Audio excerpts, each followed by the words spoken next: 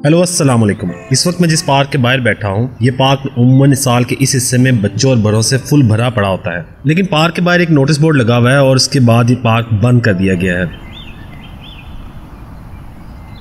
और इंग्लैंड के तमाम शहरों के पार्क्स की यही सूरत हाल है, जहाँ तमाम पार्क्स बंद कर दिए गए हैं। एक सवाल जो यहाँ सबके जहनों में है वो ये कि दोबारा कब खुलेगा। एक बात तो तय है कि कोरोना वायरस से पहले की दुनिया में इस वक्त जाना तकरीबन नामुमकिन लगता है, लेकिन दुनिया की बड़ी मईशतों में से एक इंग्लैंड को दोबारा खोलने के लिए कुछ तजावीज़ पेश की जा रही हैं। उनमें से एक बड़ी तजवीज़ ये है कि एंटीबॉडी टेस्ट।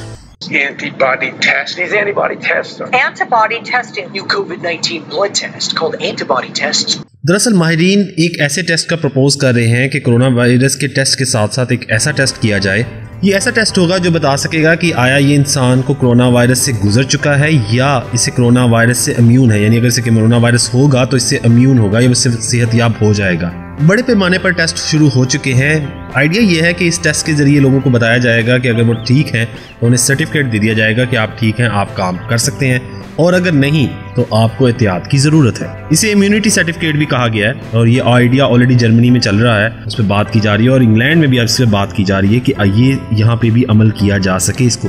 एंटीबॉडी टेस्ट के अलावा जो दूसरी रिकमेंडेशन दी जा रही हैं वो ये है कि कुछ एसेंशियल इंडस्ट्रीज़ को कुछ कंडीशन के तहत दोबारा खोलने की इजाज़त दी जाए, मसलन कंस्ट्रक्शन, मैन्युफैक्चरिंग या वो बड़ी फर्में जहां बड़ी तादाद में माल को तैयार किया जाता है। वहां के वर्कर्स को एक ख़ास कंडीशन में दोबारा काम पर जाने की इजाज़त मिल सकती है।